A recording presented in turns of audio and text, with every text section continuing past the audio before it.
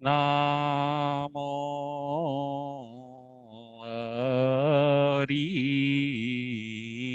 હંતાણમ.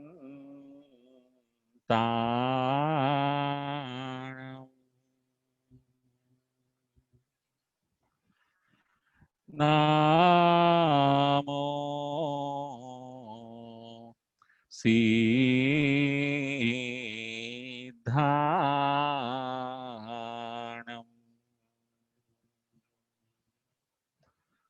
નામો આયરિયાણમ. નામો ઉવજ્જાયાણમ.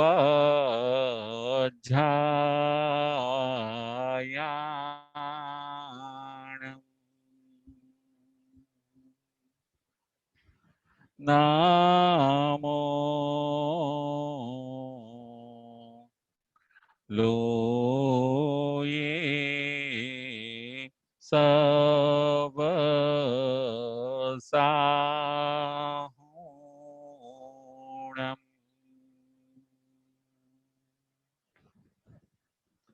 એસો પંચેન મોકારો સવ પાવપણાસણો મંગલાણં ચ સવિસિમ પડમં હવઈ મંગલમ. પડમં હવઈ મંગલમ.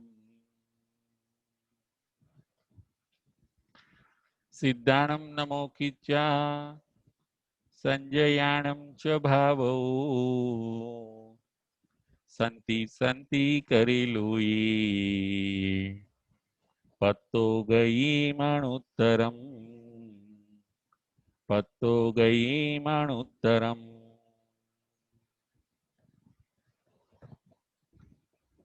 પંચ પરમેષ્ઠી ભગવંતોને ભાવપૂર્વક વંદન નમસ્કાર કરીને ધર્મપ્રેમી શ્રાવક શ્રાવિકાઓ ઉત્તરાધ્યન સૂત્ર પરમાત્માની અંતિમ દેશના અધ્યયન નંબર 19 પ્રવચન નંબર 45 આજના આપણા પ્રવચનનો વિષય છે સંયમના ઉપવનમાં. સંયમના ઉપવનમાં આજના આપણા પ્રવચનનો વિષય છે મૃગાપુત્રનો અધિકાર. 19મું અધ્યયન સંયમના ઉપવનમાં. મૃગાપુત્ર માતા પિતા પાસે સંયમ જીવનની રજા માગે છે. મૃગાપુત્ર માતા પિતાને સમજાવે છે. માતા પિતાને નરક ગતિ તિર્યંચ ગતિના દુઃખોનું વર્ણન કરીને સમજાવે છે કે ભૂતકાળની અંદર આ બધા ભવોની અંદર મેં ઘણું દુઃખ વેઠ્યું છે. વૈરાગ્યની અંદર વૈરાગ્યની પ્રતીતિ કરાવે છે. માતા પિતાને પણ લાગ્યું કે ખરેખર મૃગાપુત્રનો વૈરાગ્ય બરાબર છે. મૃગાપુત્રનો વૈરાગ્ય દ્રઢ છે. વળી માતા પિતા એક પ્રશ્ન કરે છે કે હે પુત્ર, સંયમ જીવનમાં બધું બરાબર, આપ કહો છો તે પ્રમાણે, પરંતુ સંયમ જીવનની અંદર એક રોગની ચિકિત્સા ન કરાવવી એ વસ્તુ વધારે કષ્ટદાયક છે. એ કાર્ય વધારે કષ્ટ ભરેલું છે. સંયમ જીવનમાં રોગની ચિકિત્સા એટલે કે રોગની ટ્રીટમેન્ટ ન કરાવવી એ વસ્તુ ઘણી દુઃખદાયી છે. મૃગાપુત્ર માતા પિતાને સમજાવે છે કે હે માતા પિતા, ભલે સંયમ જીવનની અંદર રોગની ચિકિત્સા નથી, હે માતા પિતા તમે મને એ કહો કે જંગલની અંદર જે પશુ પક્ષીઓ છે એમની ચિકિત્સા કોણ કરે છે? હે માતા પિતા, જંગલની અંદર જે મૃગ છે, હરણ છે, એ બીમાર પડે છે, એને રોગ થાય છે, ત્યારે એની ચિકિત્સા કોણ કરે છે? કોઈ કરતું નથી. હું પણ મૃગની જેમ વિચરીશ. શરીર એ મારું નથી તો રોગ એ મારો ક્યાંથી હોઈ શકે? જે રોગ આવે છે એ અનંતી કર્મ નિર્જરા કરાવવા માટે આવે છે. હું રોગને ક્ષમતાથી સહન કરીશ. એ રોગની સ્થિતિ પૂરી થશે પછી એ રોગ જતો રહેશે. જંગલની અંદર મૃગ બીમાર પડે છે. મૃગ એટલે હરણ. હે માતા પિતા, મૃગ બીમાર પડે છે, એને કોણ ખાવાનું પૂછે છે? એને કોણ પાણીનું પૂછે છે? એને કોણ ઔષધનું પૂછે છે? મૃગ એટલે હરણ. એને ઇંગ્લિશમાં આપણે કહીશું ડિયર. મૃગાપુત્ર હરણના દ્રષ્ટાંતથી માતા પિતાને સમજાવે છે. હરણનું બીજું નામ છે મૃગ. હે માતા પિતા, એ મૃગ એકલું વિચરે છે. જ્યારે અશક્ત થઈ જાય ત્યારે એવી રીતે મુનિ જીવનમાં પણ હું એવી રીતે વિચરીશ. હું એવી રીતે ભિક્ષા માટે જઈશ. થાકી જઈશ તો થોડીક વાર બેસી જઈશ, વળી થોડી વાર ચાલીશ, ભિક્ષા જઈશ, સંભાવ રાખીશ, અને મૃગની જેમ હું પણ મુનિચર્યા પાડીશ. આજે આપણે 5 પોઈન્ટ ઉપર વિચાર કરવાનો છે. પ્રથમ નંબરનો પોઈન્ટ છે મૃગચર્યા અને મુનિચર્યા. પ્રથમ નંબરનો પોઈન્ટ છે મૃગચર્યા અને મુનિચર્યા. બીજા નંબરનો પોઈન્ટ છે ચિકિત્સાનો ત્યાગ. ચિકિત્સાનો ત્યાગ. ત્રીજા નંબરનો પોઈન્ટ છે સંયમ અને તપ. ચોથા નંબરનો પોઈન્ટ છે બાળકોનું હિત. ચોથા નંબરનો પોઈન્ટ છે બાળકોનું હિત. અને પાંચમા નંબરનો પોઈન્ટ છે 3 મનોરથ. આજે આપણે 5 પોઈન્ટ ઉપર વિચાર કરવાનો છે. ફરીથી પ્રથમ નંબરનો પોઈન્ટ છે મૃગચર્યા અને મુનિચર્યા. બીજા નંબરનો પોઈન્ટ છે ચિકિત્સાનો ત્યાગ.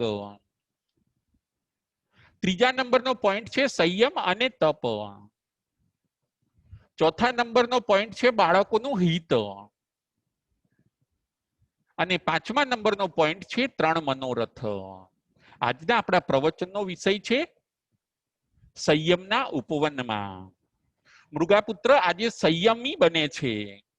મૃગાપુત્રને આજે સંયમની રજા મળે છે. મૃગાપુત્રનો આજે મનોરથ સફળ થાય છે. સંયમના ઉપવનમાં સાવધાનીથી રહેવાનું, કોઈને કાંઈ ન કહેવું, બસ આત્મભાવમાં ઝૂલવાનું. સંયમના ઉપવનમાં, સંયમના ઉપવનમાં સાવધાનીથી રહેવાનું, કોઈને કાંઈ ન કહેવું, બસ આત્મભાવમાં ઝૂલવાનું. સંયમના ઉપવનમાં સંકલ્પ વિકલ્પ છોડીને સદા સ્વાધ્યાયમાં રમવાનું. આત્મા છે નિર્વિકલ્પ, એ રોજ વિચારવાનું. શાંતિનો સ્વાદ લેવાને, શાંતિનો સ્વાદ લેવાને, સમજણથી રહેવાનું, કોઈને કાઈ ન કહેવું, બસ આત્મભાવમાં ઝૂલવાનું, સંયમના ઉપવનમાં સાવધાનીથી રહેવાનું, કોઈને કાઈ ન કહેવું,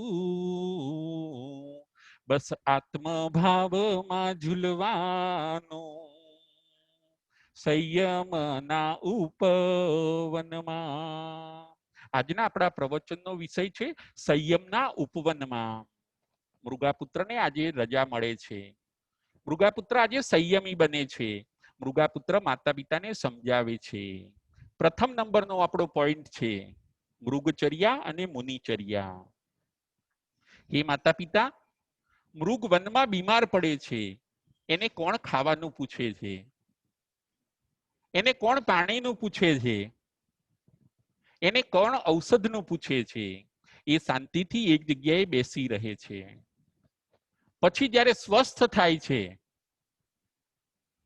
એક બે દિવસ શાંત રહે છે, પછી જ્યારે થોડીક હિંમત આવે છે, રોગ ઉપશાંત થાય છે, પછી એ જળાશયો પાસે જાય છે, પછી એ લતાઓ અને વેલાઓ પાસે જાય છે, પછી એ થોડો ખોરાક કરે છે અને શાંતિથી વિચરણ કરે છે.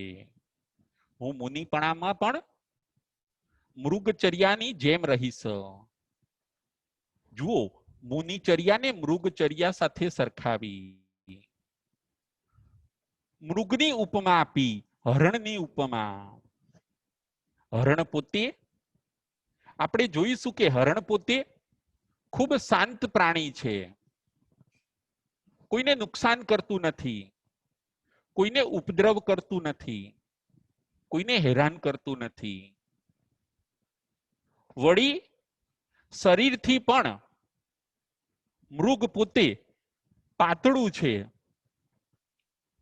કસાયો નથી, શુદ્ધ શાકાહારી છે, શાંતિથી રહે છે. એનું શરીર હળવું ફૂલ હોય છે, અવાજ પણ ન કરે.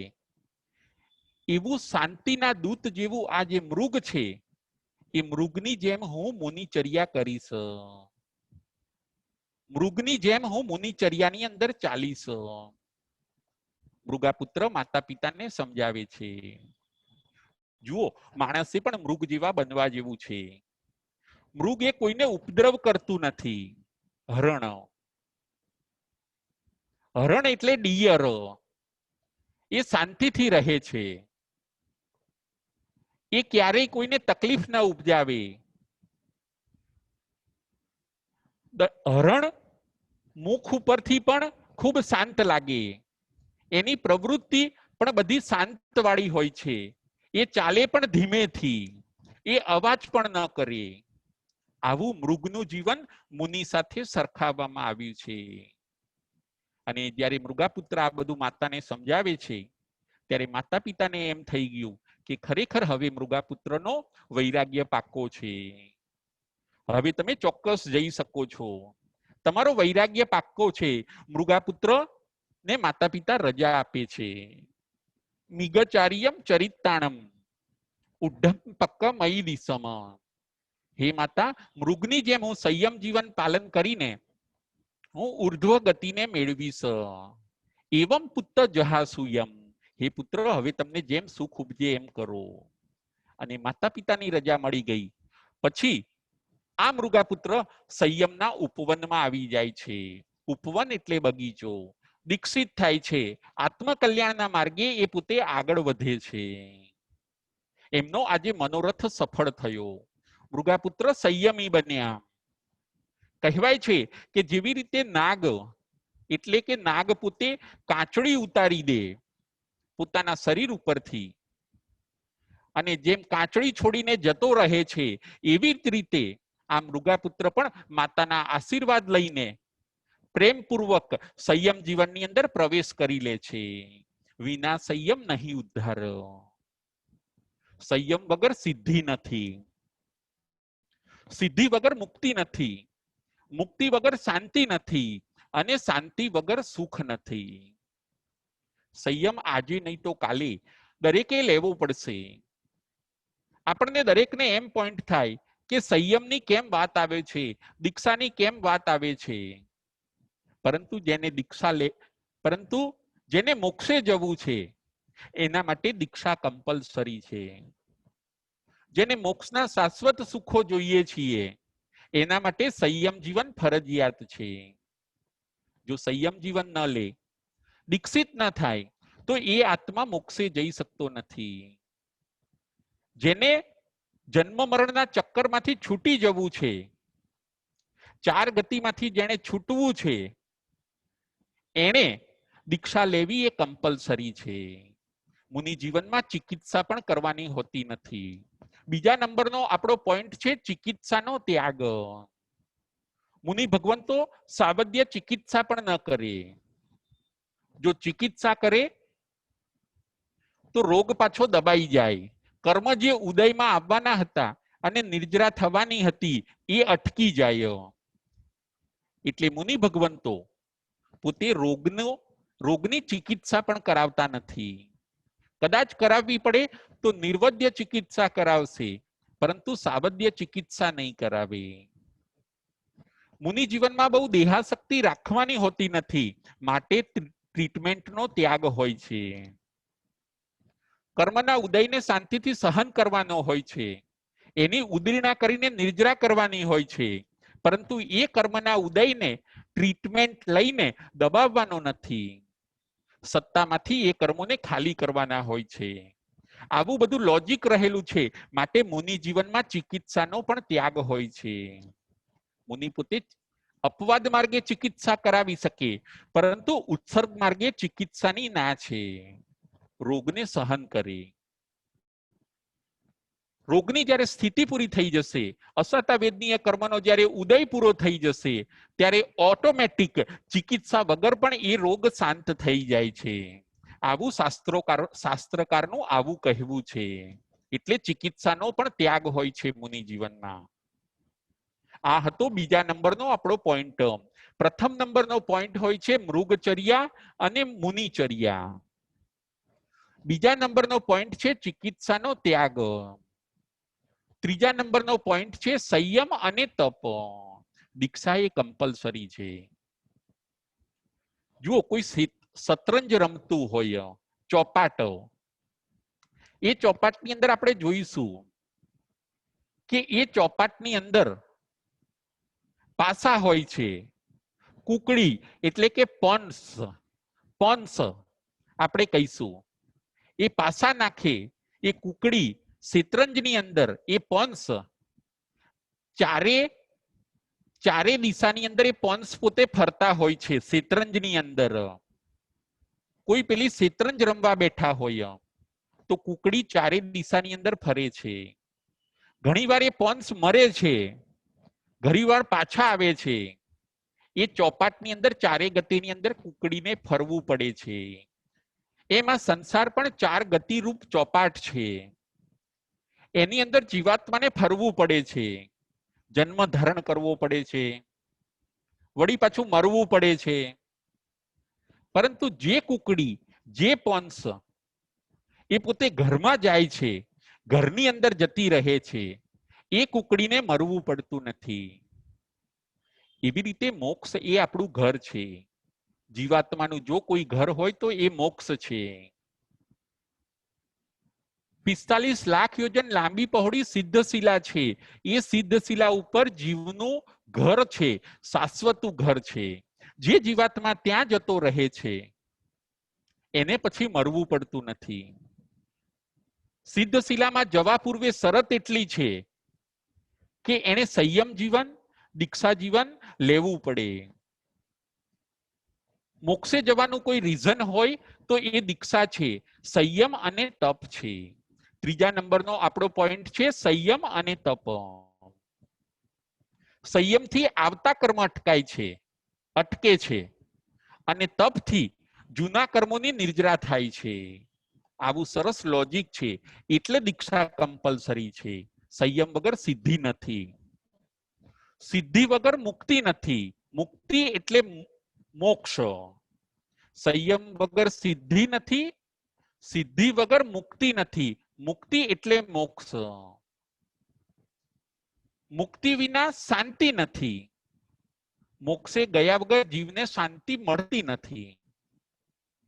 અને જો શાંતિ ન હોય તો શાંતિ વગર સુખ નથી. આવું બધું અંદર અંદર કનેક્શન છે. માટે સંયમ એ ફરજિયાત છે. સંયમમાં આવતા કર્મો અટકે છે. દીક્ષા લેનાર આત્મા ન્યૂ કર્મને એડ કરતા નથી. એ પોતે સાવધાન રહે છે. એ પ્રતિજ્ઞાઓથી બંધાયેલા રહે છે. એ મહાવ્રતોથી બંધાયેલા રહે છે. એટલે નવા અશુભ કર્મ એડ થતા નથી. સંયમ જીવનનું આ કામ છે. દીક્ષાનું આ કામ છે કે એ નવા કર્મ એડ નહીં થવા દે. કેમ કે જીવ પાપની અંદર પ્રવેશ કરતો નથી દીક્ષા જીવનમાં. એટલે નવા અશુભ કર્મબંધ એડ થશે નહીં. એ છે સંયમ. વળી દીક્ષા લીધા પછી, સંયમ લઈ લીધા પછી દીક્ષાર્થીએ શું કામ કરવાનું છે? તો કે પછી તપની અંદર એમણે એક્ટિવ થવાનું છે. તપનું કામ શું? તપનું કામ ઓલ્ડ કર્મની નિર્જરા કરવાનું. સંયમનું કામ હતું ન્યૂ કર્મને એડ થતા રોકવાનું. નવી કાર્બન વર્ગનાને સ્ટોપ કરવાની. અને તપનું કામ છે જે ઓલ્ડ કર્મ છે, પાસ્ટ ટાઈમના, ભૂતકાળના, પાછળના ભવોમાં કરેલા અશુભ કર્મ, એને કેન્સલ કરવાનું કામ તપ કરે છે. એટલે દીક્ષા લીધા પછી નવા કર્મ અટકે છે અને તપ દ્વારા જૂના કર્મ નાશ પામે છે. આવી રીતે આત્મા શુદ્ધ થાય છે. દીક્ષા એ એક પ્રોસેસ છે. દીક્ષા એ એક લેબોરેટરી છે જેની અંદર આત્માને ચોખ્ખો કરવામાં આવે છે. જેમ કોઈ સોની ગોલ્ડને જુઓ ચોખ્ખું કરે છે. ગોલ્ડની અંદર મેલ હશે તો ગોલ્ડને ઉકાળીને બાળીને એની અંદરથી મેલને દૂર કરે છે. એવી રીતે રિયલ દીક્ષા જીવનની અંદર સોલ એટલે કે આત્મા પોતે ચોખ્ખો થઈ જાય છે. અને આવો ચોખ્ખો થયેલો આત્મા મોક્ષે જાય છે. માટે દીક્ષા એ કમ્પલસરી છે. જેમ કોઈક આત્માને ઓપરેશન કરાવવું છે,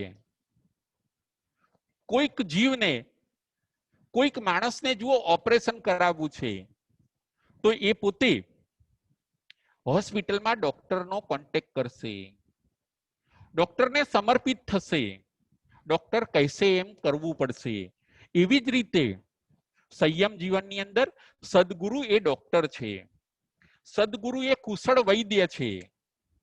એમને સમર્પિત થવું પડે છે. એ પોતે પાત્રતા જોવે છે, એ પોતે યોગ્યતા જોવે છે. આ આત્માને દીક્ષિત કરવા કે ન કરવા એનો ખ્યાલ સદગુરુને આવે છે. જે સદગુરુને સમર્પિત થાય છે એ જ દીક્ષિત થઈ શકે છે. કોઈકને, કોઈ માણસને ઓપરેશન કરાવવું છે એટલે એ પોતે હોસ્પિટલની અંદર દાખલ થશે, ડોક્ટર કહેશે એમ કરશે. ડોક્ટર કહેશે 2 દિવસ પહેલા તમારે એન્ટ્રી લઈ લેવાની છે, અને એ આત્મા 2 દિવસ પહેલા એન્ટ્રી લઈ લેશે અને દાખલ થઈ જશે. એ પોતે હોસ્પિટલની અંદર દાખલ થઈ જાય છે. એ થયો સંયમ. હવે ઘરનો ત્યાગ કરશે.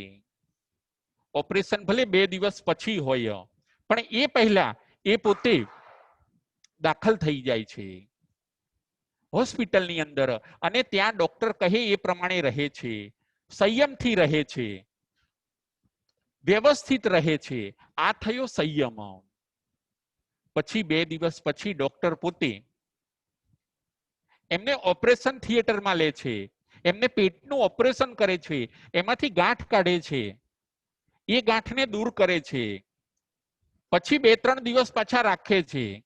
જો ગાંઠને કાઢી, ગાંઠ ગઈ, એનું દુઃખ પણ ગયું. હવે એ પેશન્ટ સ્વસ્થ થયું, એ પેશન્ટને હેલ્થ આવી, પછી થોડાક દિવસ પછી એ પેશન્ટને હોસ્પિટલમાંથી રજા આપવામાં આવે છે. જુઓ, એણે હોસ્પિટલમાં એન્ટ્રી લીધી એ સંયમ, અને પછી નિર્જરા કરાવી, પછી ગાંઠનું ઓપરેશન કરાવ્યું એ તપ, અને જીવ સ્વસ્થ થયો, દુઃખથી મુક્ત થયો, જે ગાંઠનું પેઇન હતું એનાથી એ મુક્ત થયો, એનું નામ છે મોક્ષ. જો રોગથી મુક્ત થવું હોય તો આ બધી પ્રોસેસમાંથી પસાર થવું પડે. એવી રીતે જે આત્માને જન્મ મરણના ચક્કરમાંથી મુક્ત થવું છે એને સંયમ અને તપમાંથી પસાર થવું પડે. એને દીક્ષા જીવન અંગીકાર કરવું પડે. એને દીક્ષા, સંયમ, તપ આ બધાની અંદર જોડાવવું પડે. એ પોતે દાખલ ન થાય અને ઘરે જ રહે તો પોતે એ મોક્ષે જઈ શકે નહીં, તો એનો મોક્ષ ન થાય. કોઈ પેશન્ટ એમ કહે કે ના હું ઘરે જ રહું, મારે ઓપરેશન કરાવવું નથી, તો એ પોતે ગાંઠના દુઃખમાંથી એ પોતે મુક્ત નહીં થઈ શકે. એવી રીતે કોઈક જીવાત્માઓ એમ વિચારે કે અમે સંસારમાં જ રહીએ અને સંસારની પ્રવૃત્તિ કરીએ અને અમને શાશ્વત સુખ મળી જાય. ના, એવું નથી. મોક્ષ તો ત્યાગ માગે છે. જે પેશન્ટને પોતાનું દર્દ દૂર કરવું છે, પોતાનો રોગ દૂર કરવો છે, એ પોતે ઘરનો ત્યાગ કરીને હોસ્પિટલની અંદર એન્ટ્રી લે છે, ત્યારે એ પોતે રોગને દૂર કરી શકે છે. આપણા ભાવ રોગ છે જન્મ મરણ, ચાર ગતિમાં ફરવું, મોહ માયા, રાગ દ્વેષ, આ બધા આપણા ભાવ રોગ છે. આ ભાવ રોગોને દૂર કરવા માટે સંયમ અને તપ એ બહુ જરૂરી છે.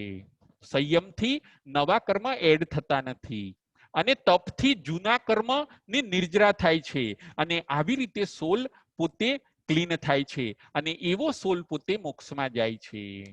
જુઓ, મૃગાપુત્ર સંયમના ઉપવનમાં આવી ગયા. સંયમના ઉપવનમાં જીવન આપણું કેવું હોવું જોઈએ? ઉપવન. ઉપવન એટલે બગીચો. સંયમી જીવનની અંદર ખૂબ શાંતિ હોય છે. બધાની સાથે સ્નેહથી રહેવાનું, સંભાવથી રહેવાનું, 5 સમિતિ 3 ગુપ્તીનું પાલન કરવાનું, ગુરુની આજ્ઞા પ્રમાણે જીવવાનું, આત્માનું લક્ષ્ય રાખવાનું. સંયમ જીવનની દરેક પ્રવૃત્તિ આત્મલક્ષ્ય કરવાની છે. પેશન્ટનું એ જ લક્ષ્ય હોય છે કે હું ડોક્ટરને સમર્પિત થઈને મારા રોગમાંથી મુક્ત થવું. એમ દીક્ષિત થનારા આત્માએ પણ નું એ જ લક્ષ્ય હોય છે કે હું જન્મ મરણના ફેરામાંથી, આ ચાર ગતિરૂપી ચોપાટમાંથી હું બહાર નીકળીને મારા શાશ્વત ઘરની અંદર જવું. જો માતા પિતાએ રજા આપી દીધી. આપણા ત્યાં કહેવાય છે કે સંયમી આત્મા તો પોતે હજી દીક્ષા પાડશે પછી પોતાનું કલ્યાણ કરશે, પરંતુ રજા આપનાર માતા પિતાનું તો જ્યારથી એ રજા આપે છે ત્યારથી જ કલ્યાણ થઈ ગયું એમ સમજવાનું. દરેક માતા પિતાને પોતાના સંતાનો પ્રિય હોય છે. મૃગાપત્રને પણ એની માતા મૃગા અને એમના પિતા હોય છે બલભદ્ર, એ ખુશીથી રજા આપે છે. એ લોકો પણ સમજે છે કે સંયમ વગર સિદ્ધિ નથી, સિદ્ધિ વગર મુક્તિ નથી, મુક્તિ વગર શાંતિ નથી, અને શાંતિ વગર સુખ નથી. માતા પિતાએ રજા આપી, એમણે પોતાના આત્માનું કામ કરી લીધું. ધન્ય છે એ માતા પિતાઓને કે જે પોતાના સંતાનો શાસનને આપે છે. ધન્ય છે એ માતા પિતાઓને કે જે પોતાના સંતાનોને ત્યાગ માર્ગે જવા દે છે. ધન્ય છે એ માતા પિતાઓને કે પોતાનો સ્વાર્થ જોતા નથી અને પોતાના સંતાનોને ગુરુચરણે સમર્પિત કરે છે. શાસન ત્યારે ચાલે છે. જે માતા પિતાઓ પોતાના સંતાનોનું હિત ઈચ્છે છે એ લોકો ચોક્કસ સંતાનોને સદગુરુને સોંપી દે છે.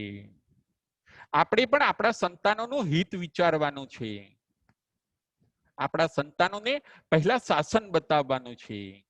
જો દરેક માતા પિતાની એવી ભાવના રહેતી હોય કે અમારા સંતાનો આગળ વધે, અમારા સંતાનો સુખી થાય, પરંતુ આ સંસારની અંદર કોઈ સુખી થયું નથી, થવાનું નથી. આ સંસારની અંદર જેમ જેમ સુખ મેળવવા જઈએ એમ એમ દુઃખની અંદર આપણે ફસાતા જઈએ છીએ. માટે જે હિતેચ્છુ માતા પિતા છે એમણે પહેલા શાસન સંતાનોને બતાવવાનું છે. તમે સદગુરુનો પરિચય કરાવો, તમે તમારા સંતાનોને પાઠશાળાએ મોકલો, તમે એકવાર તમારા સંતાનોને સામાયિક શીખવાડો, પ્રતિક્રમણ શીખવાડો, એમને કહો કે તમે દીક્ષિત થાઓ, તમારામાં વૈરાગ્ય લાવો, તમે દીક્ષા લો, તમે તમારા આત્માનું કલ્યાણ કરો. કૃષ્ણ વાસુદેવ, 3 ખંડના અધિપતિ કૃષ્ણ વાસુદેવ પોતાના સંતાનોને, પોતાની રાણીઓને, પોતાના રાજકુમાર અને રાજકુમારીઓને કહેતા કે તમે નેમનાથ ભગવાન પાસે દીક્ષિત થાવ, તમે નેમનાથ ભગવાન પાસે દીક્ષા લઈને તમારા આત્માનું કલ્યાણ કરો. આ સંસારમાં કશું નથી. જે માતા પિતાઓ હિત ઈચ્છે છે એમણે સંતાનોને સદગુરુઓ પાસે મોકલવા જોઈએ કે તમે ચારિત્ર ધર્મ અંગીકાર કરો. અને કદાચ એ અંગીકાર ન કરી શકે તો પછી એ ભલે એ સંસારમાં એને સેટ કરો, પરંતુ પહેલા એને શાસન બતાવો, પહેલા એને સદગુરુ બતાવો. પછી કદાચ એમને વૈરાગ્યના ભાવ ન આવે, એમને કદાચ સંયમ જીવનના ભાવ ન થાય, કદાચ ચારિત્ર લેવા માટે તૈયાર ન થાય અને કોઈક કારણોસર એ પાછા પડે, તો પછી તમે એને સંસારની અંદર બરાબર સેટ કરો અને એને શ્રાવક જીવન જીવવાની પ્રેરણા આપો. તો માતા પિતાએ સંતાનોનું હિત ઈચ્છ્યું એમ કહેવાશે. શાસન બતાયા વગર, સદગુરુ બતાયા વગર, શાસ્ત્રો બતાયા વગર સીધે સીધા બાળકોને આપણે સંસારના માર્ગે વાળી દઈએ તો કોઈક વાર આપણે બાળકોનું અહિત કરી દઈએ છીએ. જુઓ, આજે બાળકોને સ્વિમિંગ પુલની અંદર લઈ જવાશે, એના ક્લાસ કરાવાય છે, ડાન્સિંગના ક્લાસ કરાવે છે, હરવા ફરવા લઈ જાય, હોટલોનું જમાડે, ટીવી, મોબાઈલ, લેપટોપ, આ બધા સંસારના સાધનોની અંદર નાનપણથી એમને વાળી દેવામાં આવે છે. પછી એ બાળકો આ ભૌતિકતાની અંદર ખોવાઈ જાય છે. આ દુનિયામાં, આ મોજ શોખમાં, વ્યસન અને ફેશનની અંદર એ બાળકો ખોવાઈ જાય છે અને પછી પોતાના આત્માનું બગાડી દે છે. ના, આપણે આપણા બાળકોનું આવું કરવું નથી. એમને શાસન બતાવો, એમને સદગુરુ બતાવો, એમને પાંજરાપોળો બતાવો. એક ભાઈ એક મુનિ પાસે ગયા કે મારો દીકરો મારું કહેવું માનતો નથી. મુનિએ કહ્યું, કેટલા વર્ષનો છે? તો કે 22 વર્ષનો છે. હવે બિલકુલ કયામાં નથી. મુનિ પોતે કહે છે એ ભાઈને કે ઘણીવાર બાળક એ તો છોડ જેવા છે, જ્યારે એ નાનો હતો ત્યારે તમે મારી પાસે લાવ્યા હોત તો હું એને ચોક્કસ સારી દિશામાં વાળી શકત, પરંતુ પેલું ઝાડ મોટું થઈ જાય, છોડ મોટો થઈ જાય પછી વળી શકતો નથી. બાળકોમાં પહેલા આપણે સંસ્કાર લાવીએ, ધાર્મિકતા લાવીએ, જ્ઞાન લાવીએ, એને શાસન બતાવીએ. મૃગાપુત્રના માતા પિતાએ પણ મૃગાપુત્રને પ્રેમથી રજા આપી. મૃગાપુત્રને વૈરાગ્ય થયો અને મૃગાપુત્ર પોતે આગળ વધે છે. આપણે બાળકોને સુસંસ્કારિત બનાવીએ. શાસનની અંદર સંતાનો આપનાર બહુ ઓછા છે. આપણા ત્યાં કહ્યું છે કે જો ઘી વહોરાવનારા ઘણા, પરંતુ ગોચરી વહોરાવનારા થોડા. ગોચરી વહોરાવનારા ઘણા, પરંતુ પાણી વહોરાવનારા થોડા. પાણી વહોરાવનારા ઘણા, પરંતુ પાત્રા વહોરાવનારા થોડા. પાત્રા વહોરાવનારા ઘણા, પરંતુ પુત્ર વહોરાવનારા થોડા. પોતાના સંતાનોને શાસનમાં આપે એવા માતા પિતા બહુ થોડા હોય છે.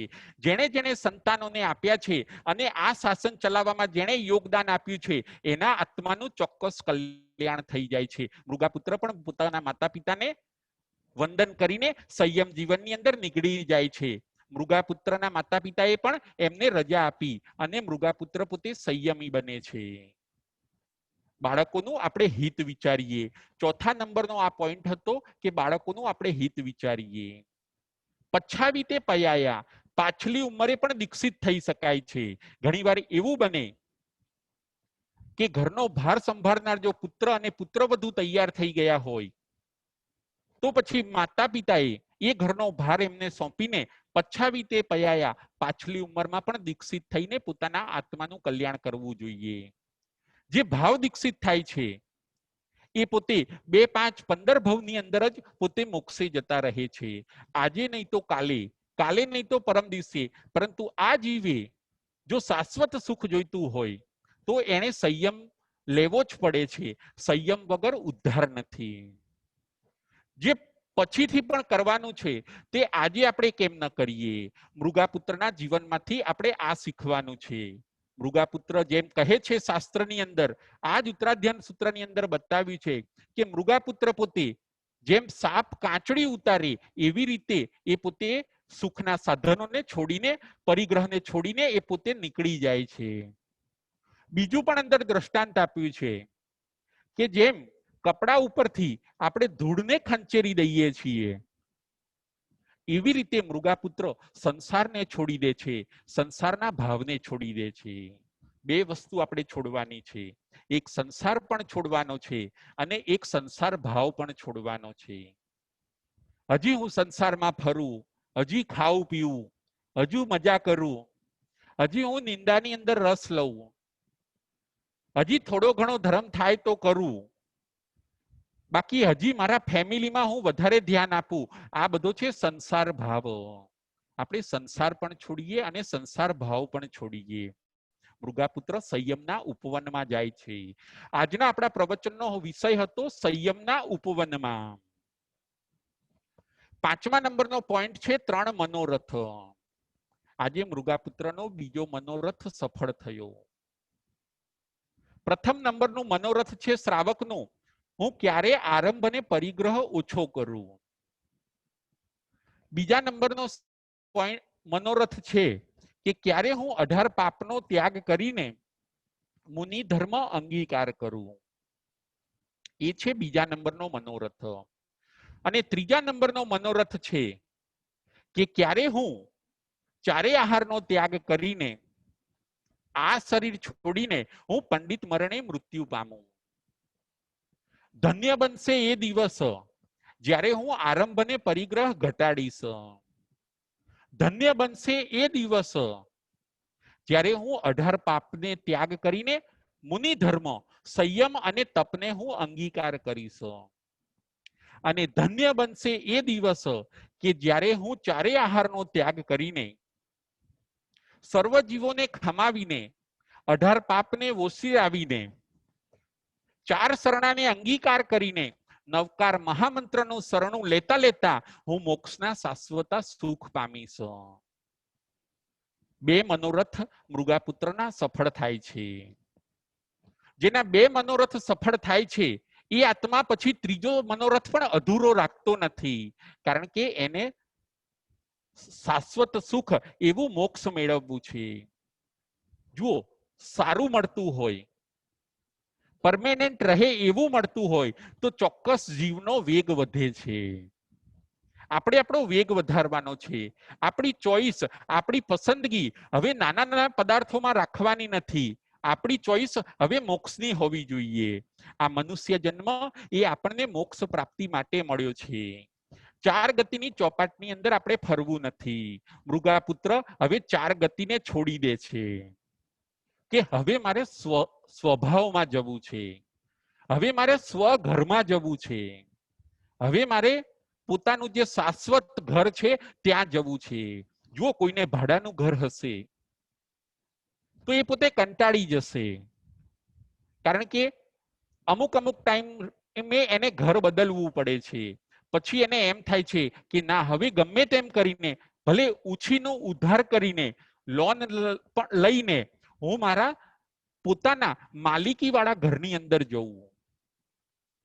એમ આ બધી ગતિઓની અંદર ફરવું એ ભાડાના ઘર જેવું છે. ક્યારેક દેવ બનવું, ક્યારેક મનુષ્ય બનવું, ક્યારેક તિર્યંચ બનવું, ક્યારેક નારકી બનવું, આ બધું ભાડાના ઘર જેવું છે.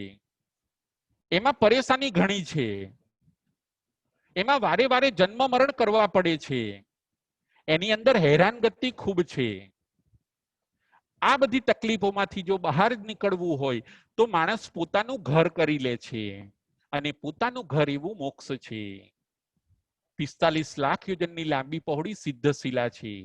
એના ઉપર જે સિદ્ધ ભગવંતો બેઠા છે, એ સિદ્ધ ભગવંતો પણ આપણી જેમ એકવાર 4 ગતિની અંદર ફરતા હોય છે. 4 ગતિની ચોપાટમાં એ લોકોનો આત્મા પણ જન્મ મરણ કરતો હોય છે. પરંતુ જ્યારે એમને ખ્યાલ આવ્યો કે આ બધી આપણે તકલીફોમાંથી હવે મારે બહાર નીકળવું છે, 8 કર્મનો મારે આત્યંતિક ક્ષય કરી દેવો છે, સંયમ અને તપ રૂપી લેબોરેટરીની અંદર દાખલ થઈને મારે મારા સોલને ક્લીન કરવો છે. એ સિદ્ધ ભગવંતનો જ્યારે પુરુષાર્થ જાગ્યો અને એ પુરુષાર્થને એમણે વેગ આપ્યો, પછી એ આત્માઓ પણ પોતાના સોલને ક્લીન કરીને સિદ્ધ થયા, બુદ્ધ થયા, નિરંજન અને નિરાકાર થયા. ઉત્તરાધ્યન સૂત્રના આવા સુંદર ભાવોને આપણે આત્મસાત કરવાના છે. આજે આપણે 5 પોઈન્ટ જોયા. પ્રથમ પોઈન્ટ હતો મૃગચર્યા અને મુનિચર્યા. બીજા નંબરનો પોઈન્ટ હતો ચિકિત્સાનો ત્યાગ. ત્રીજા નંબરનો પોઈન્ટ હતો સંયમ અને તપ. ચોથા નંબરનો પોઈન્ટ હતો બાળકોનું હિત. 5મા નંબરનો પોઈન્ટ હતો 3 મનોરથ. આજના આપણા પ્રવચનનો વિષય હતો સંયમના સડસડાટ.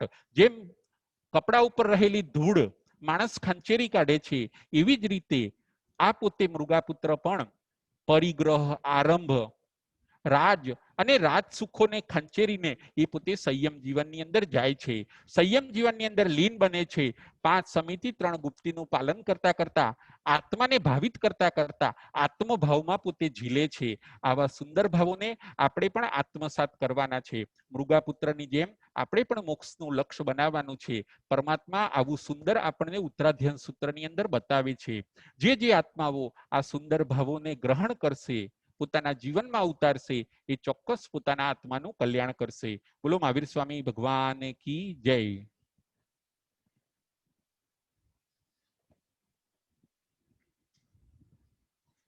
જમ ભાઈદમ બચ્ચામિલિયમેન ખરમ ચખરમ ભયૈણમ વિનયણમ યોગિનમ ગોસિનમ સુઠુદિનમ દુઠ્ઠુ બડીચિયમ અકાલે કૌ સજાવો કાલે ન કૌ સજાવો સજ્જય સજયમ સજ્જય ન સજ્જયમ.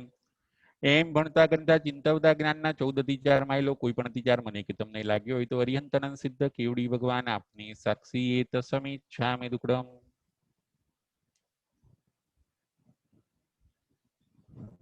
પ્રશ્નોત્તરી.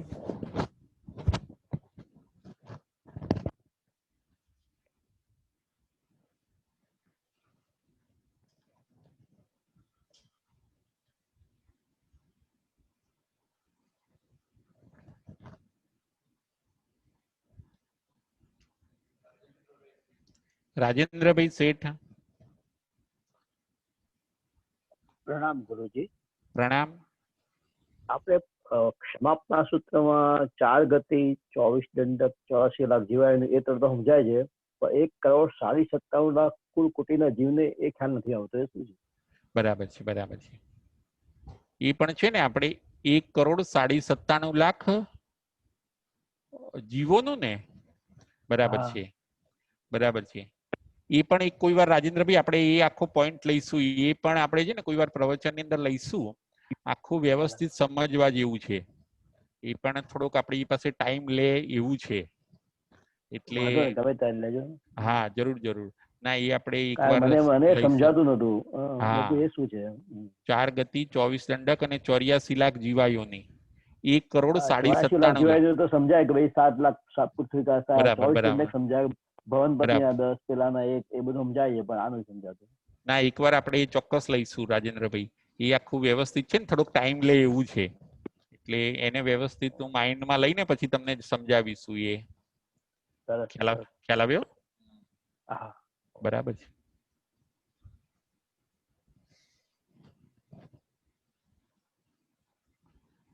ચાલો, આજનો પ્રશ્ન.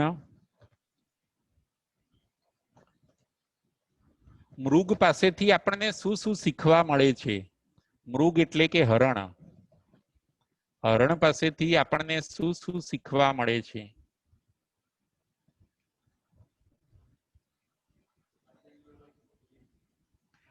રાજેન્દ્રભાઈ સંઘવી. પાસેથી પહેલો પોઈન્ટ એમ મળે છે કે જેમ મૃગ કોઈ ચિકિત્સા નથી કરતું કે કોઈ જે રોગ આવે એ સંભાવે સહન કરે, કોઈની હિંસા નથી કરતું. બરાબર છે. એ જ રીતે મુનિ જીવનમાં પણ મુનિ કોઈની હિંસા નથી કરતા અને સાવધ્ય ઉપચાર કોઈ નથી કરાવતા. નિર્વધ્ય ઉપચાર હોય રોગના તો કરે, પણ સાવધ્ય ઉપચાર ના કરે એવી શીખ આપે છે મૃગના જીવનમાંથી લઈને. બરાબર છે. પછી બીજું, મૃગ એ પોતે શાંત પ્રાણી છે ને જ્યોતિબેન? હા, હા, એકદમ શાંત છે. કોઈ જીવ ઉપર એ નથી કરતો, એમ પોતાનું ભરણ પોષણ સહેજ પણ હિંસા વગર કરે છે. બરાબર છે, બરાબર છે. કોઈને મૃગ કોઈને નુકસાન પણ નહીં કરે, કોઈને હેરાન કરે કે એવું પણ નહીં બને. નથી કરતો. બરાબર છે. પછી એ પોતે થોડો ખોરાક, એનો ખોરાક પણ થોડો હોય છે મૃગનો ખોરાક થોડો.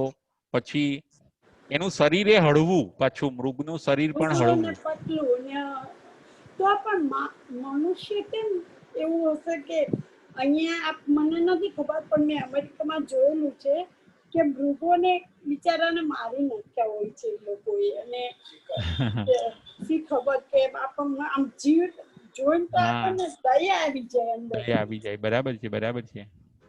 મૃગને કોઈક જેને કહેવાય ને કે એમને આમ પુણ્યનો ઉદય છે. અને પાછા જો એ શિકાર બની જાય, પહેલા એમને બધા શિકાર બહુ કરે મૃગનો. પહેલા રાજા અને મહારાજ, પહેલાના રાજાઓ પણ મૃગના હા, શિકાર બહુ મૃગનો કરતા શિકાર એવું કરતા.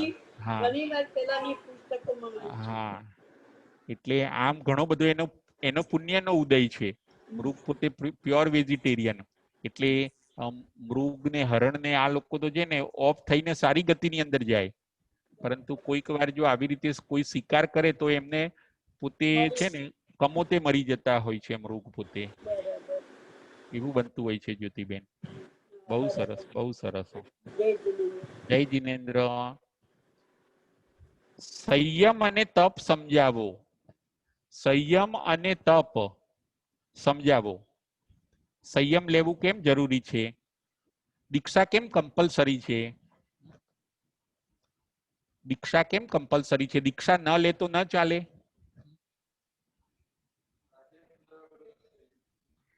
રાજેન્દ્રભાઈ શેઠ. સંયમ લેવાથી આપણા કર્મોનો આવતા કર્મો બંધ થઈ જાય છે, આશ્રવ થઈ જાય પ્રકારનો. આશ્રમ અને સંબર તપ થાય છે. કરવાથી જૂના જે અનંતા ભવના કર્મો હોય એ આપણા નાશ પામે છે. ફરીથી રાજેન્દ્રભાઈ, ફરીથી. સંયમ લેવાથી આપણા નવા આવતા કર્મો બંધ થઈ જાય એનાથી. અને તપ કરે એટલે જૂના કર્મો અનંતા ભવના હોય એનો નાશ થાય. બરાબર છે, બરાબર છે. મોક્ષ મેળવવા માટે દીક્ષા લેવી જ પડે, કારણ કે તો જ બધા કર્મો ખપે આપણા. અને દીક્ષા ના લે તો શું થાય રાજેન્દ્રભાઈ? નવા કર્મ એડ થતા રહે. નવા કર્મ એડ થતા રહે. ચારે ગતિમાં ચક્રાઓ ચાલુ રહે. ભલે દેવ ગતિ મળે પણ તમે પાછા ચક્રાઓ ચાલુ રહે, પાછા આમાં આવી જાઓ, બહુ સરસ. આવો, નરકમાં આવો. હા, એટલે દીક્ષા કમ્પલસરી છે આપણા ત્યાં. દીક્ષા એટલે ત્યાગ. દરેક ધર્મમાં જુઓ ત્યાગ આવશે. ભોગથી જીવ ચાર ગતિની અંદર ફરે છે અને ત્યાગથી જીવ મોક્ષમાં જાય છે, પરમ ગતિની અંદર જાય છે. રાજેન્દ્રભાઈ, ખ્યાલ આવ્યો? પછી ને આગળ પ્રશ્ન, મુનિને ચિકિત્સા કરવાની ના કેમ પાડી છે? મુનિને ચિકિત્સા કરવાની ના કેમ પાડી છે શાસ્ત્રની અંદર?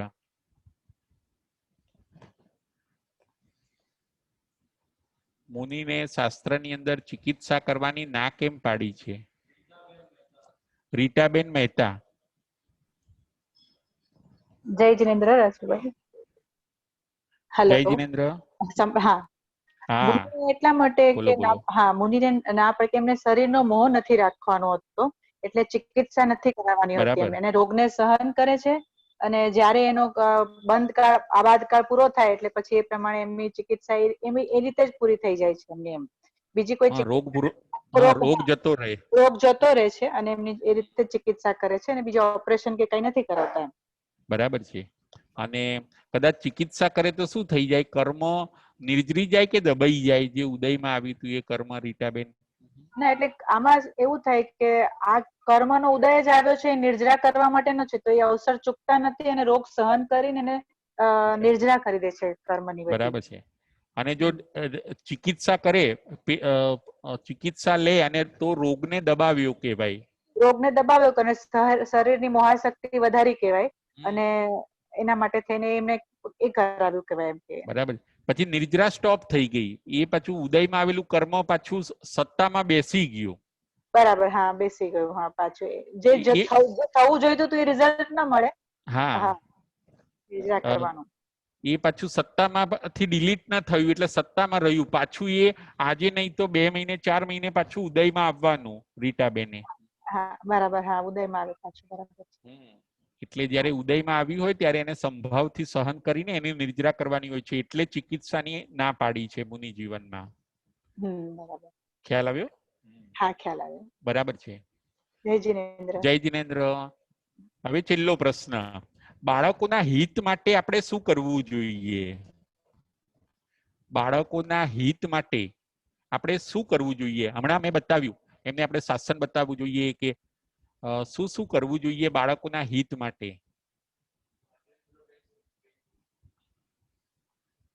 બાળકોના હિત માટે આપણે શું શું કરવું જોઈએ?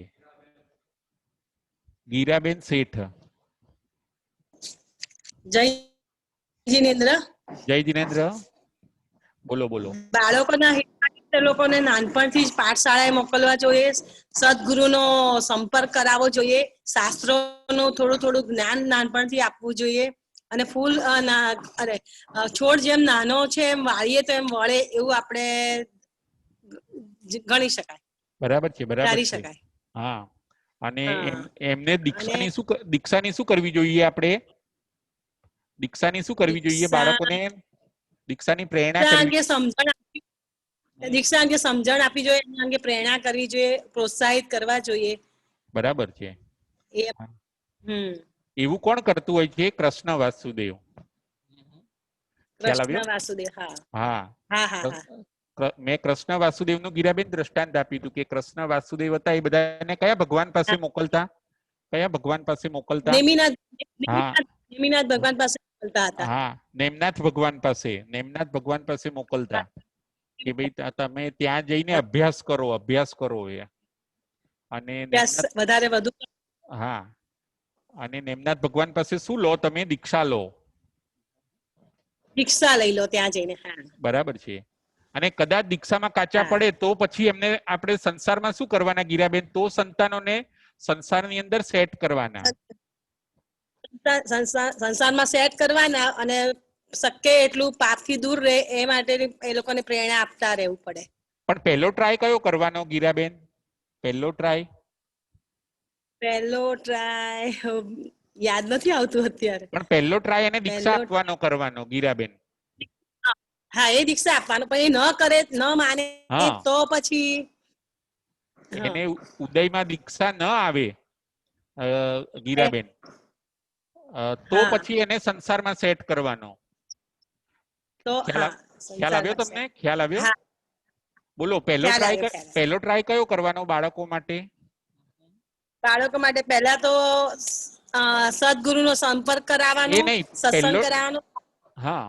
દીક્ષા અંગે પ્રયત્ન કરવાનો. એના દીક્ષા માટે જ પ્રયત્ન કરાવવાનો. પહેલો ટ્રાય કરવાનો. પછી એમાં કાચા પડે, પોતે એમાં કાચા પડે ને ન લઈ શકે તો પછી એને સંસારમાં સેટ કરો. બરાબર છે. સાચા શ્રાવક બનવાનો પ્રયત્ન કરવાનો. બરાબર છે. અત્યારે પહેલો ટ્રાય કયો કરે છે માણસો? અત્યારે પોતાના સંતાનો માટે પહેલો ટ્રાય કયો કરે છે ગીરાબેન?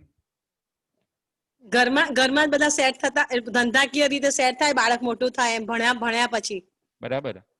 એને નાનપણથી કયા કયા ક્લાસ કરાવે છે બાળકને? Dancing class, swimming class, drawing classes કરાવડાવે. બરાબર છે. એમાં હવે- સમય રહે છે ઘણો બધો, દરેક હા, ની વાત છે. બરાબર છે, બરાબર છે, બરાબર છે. એટલે અત્યારે બધા માતા પિતાએ આ વિચારવાનું છે કે હા ભાઈ એનાથી બાળકનું હિત થાય કે અહિત થાય, એ સંસારની અંદર બહુ રસ લે તો પોતાની અંદર બાળક થાય છે, જાણે જ છે બધા, છતાં એ બાજુ વળી જ ગયા છે બરાબર છે, પેરેન્ટ્સ, બરાબર એટલે છે. હવે પણ ભલે એ કરાવો, પરંતુ એમને સાથે પાઠશાળા ને એ બધું પણ કરાવવાનું. આપણે ગુરુ ભગવંતો પાસે હા લઈ એમાં જઈએ. ખાસ ધ્યાન આપવું જોઈએ. એમાં સમય આપવો જોઈએ, અઠવાડિયામાં 2-3 વાર એવી એની રીતે પ્રયત્ન કરાવવો જોઈએ. પાઠ કમ્પલસરી. તો એ પોતે પોતાના આત્માનું કલ્યાણ કરી શકશે પોતે, બાળકોએ. એટલે બાળકોનું આપણે હિત ઈચ્છીએ તો એને પહેલા ધર્મ માર્ગે વાળવો જોઈએ આપણે બાળકોને. મૃગાપુત્ર ધર્મ માર્ગે ગયા કે ના ગયા? મૃગાપુત્ર, જય જીનેન્દ્ર. હા, જય જીનેન્દ્ર.